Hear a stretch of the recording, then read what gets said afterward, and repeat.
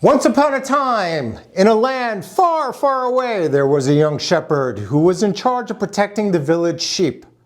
He was bored and decided to amuse himself, and he sang out, "Wolf, wolf, the wolf is chasing the sheep." Villagers came running up the hill to help the boy drive away the wolf, but when they arrived at the top of the hill, they found no wolf. The boy laughed at the sight of their angry faces. "Don't cry wolf, shepherd boy, when there is no wolf." And the villagers went grumbling back down the hill. Later, the boy sang out again, "Wolf, wolf, the wolf is chasing the sheep." To his delight, he watched the villagers run up the hill to help him drive away the wolf. When the villagers saw that there was no wolf, they said, "Please save your song for when there's really something wrong. Don't cry wolf when there's no wolf." The boy grinned of sheer delight. Later that day, he saw a real wolf traveling around his flock and attacking. Alarmed, he left his feet and sang out loudly, "Wolf, wolf!" But the villagers didn't come. In some renditions of this story, the shepherd gets eaten by the wolf. But the bottom line is, nobody believes a liar, even when he begins telling the truth. And in today's video, I'm going to talk about some shepherd boys and some reality. I'm going to talk about the housing market crash that they've been talking about. The crash of 2020, 21, 2022, 2023, 2024, now 2025. Spoiler alert, there has not been a market crash, and there's not going to be one. Some of the so-called experts on YouTube, the housing experts, the financial experts, have been saying there's going to be a housing market crash ever since 2020. Guys like Reed Venture, Graham Stephan, and a whole bunch of other ones. This is clickbait. This is false information. It's got to stop somewhere. These experts are essentially using YouTube and you for clickbait. They have become masters of the art of clickbait and sensational headlines. The market crash here, the market crash there. And they have been cashing in and laughing all the way to the bank with views and ad revenue from YouTube and sponsorships. And it's not just the one or two that I've mentioned. There's a lot of people out there telling us that the housing market is finished. So I'm going to speak to you openly and with facts, and let someone who is in the trenches every single day show you some real facts and figures and let you know what's going on with the housing market. So the question is, has there been a housing market crash? Well, you can be the judge of that. Prices for existing homes just rose to a record $419,300. Prices are up 5.8% year over year. The U.S. has now reached a new all-time high. This chart shows the median home prices for the last 5 years. Now, if you can't read the chart, just ask your second grader, and they're going to help you understand that this is not a housing market crash. Home prices are up month over month. Last month was a record, and this month just beat it. Cash is still king, accounting for 28% of all sales. The luxury market is the strongest sector of the market. Sales are growing for luxury homes and declining a little bit for non-luxury homes, basically because of interest rates. Now, the luxury home market is booming largely because so many affluent buyers are able to pay cash and they don't care about today's elevated mortgage rates. It doesn't deter them from moving on with their lives and purchasing homes. Nearly half, 46.8% of luxury homes have been purchased with cash. That's the highest share in at least a decade, up from 44% last year. Every market is different, but the luxury market is usually defined as the top 5% of homes sold based on price in any particular market. So the market here in Charlotte is going to be different than in Beverly Hills.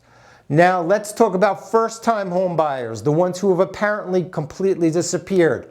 First-time home buyers are hanging in there at 31% of all sales, up from 28% from last year. So how is the market faring? The housing market is still competitive, but obviously far less so than in the last couple of years. 2/3 of all homes went under contract in less than a month.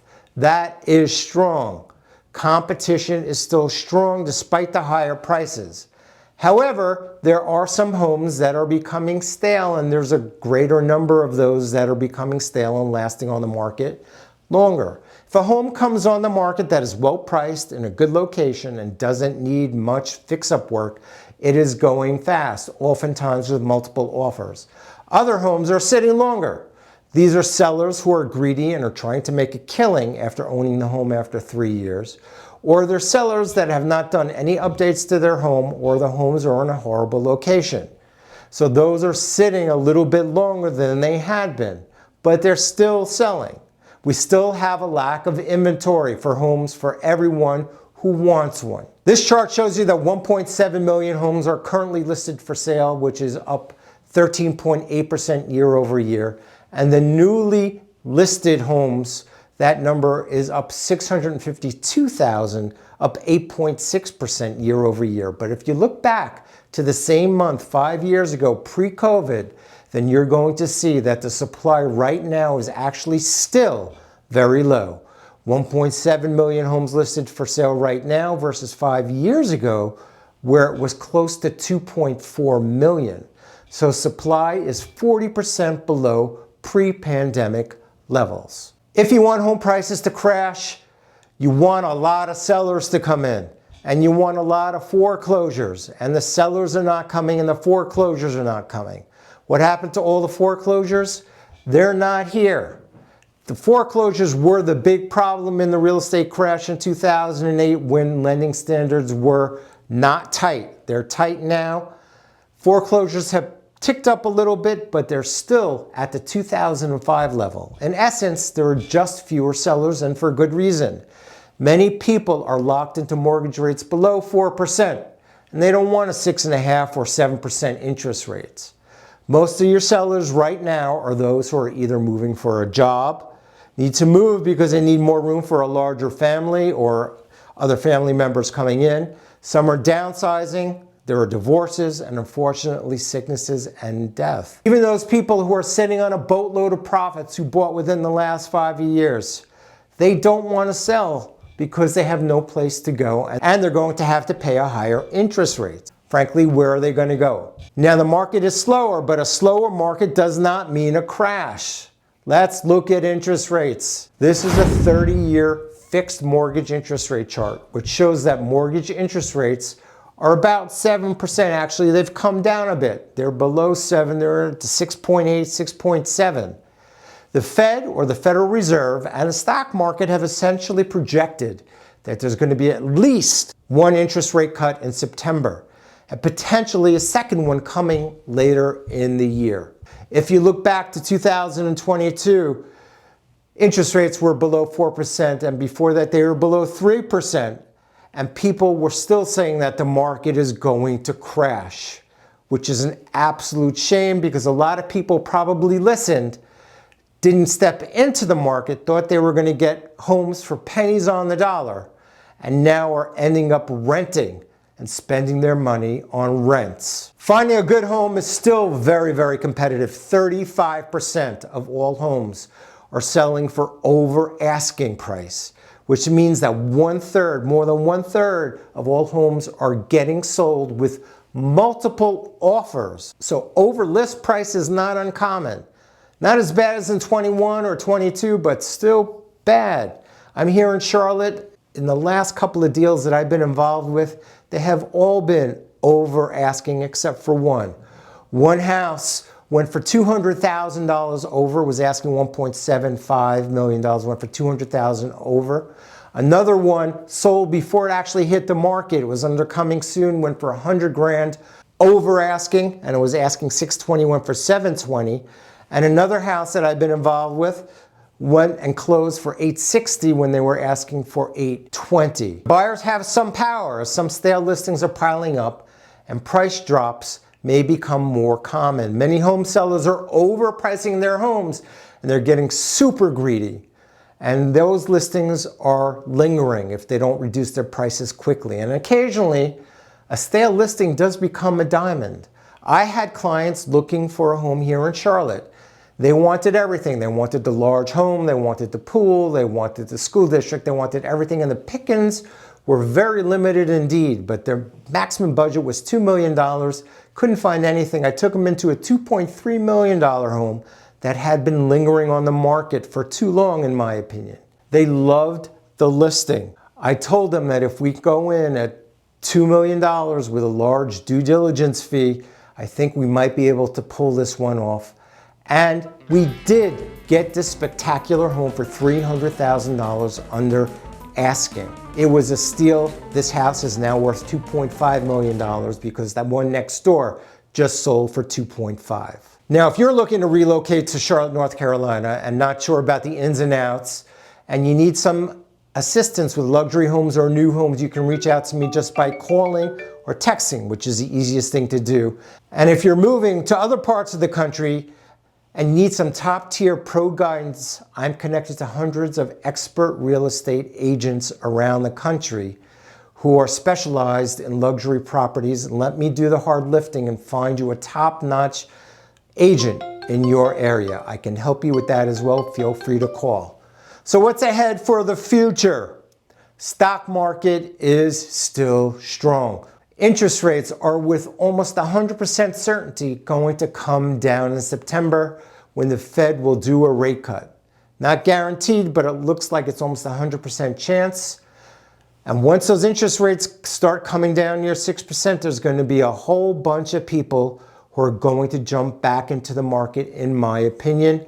And that's what Barbara Cochran thinks is going to happen. She's one of the most respected real estate people in the country. But what I can explain is if rates go down just another percentage point, that's what I'm hoping for by year, and prices are going to go through the roof.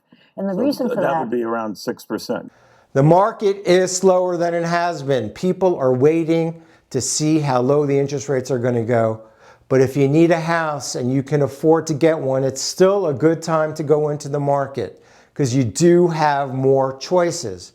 Not a ton more choices, but you do have more choices than you did in the last 3 years or so. Now, I'm saying that we've hit the highest prices of all time right now, but there are a couple of areas that are struggling a little bit, predominantly in Florida and in Austin, Texas. Florida has a lot of condo pain.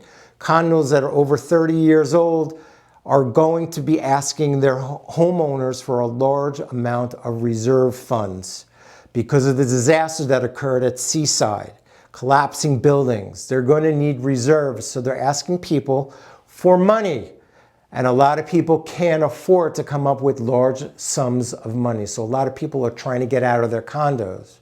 And in Austin, Texas, prices have jumped up some 60%. So if they're down about 10%, I wouldn't consider that a crash. Still not easy to find a great house in those locations, and no one is giving away their homes.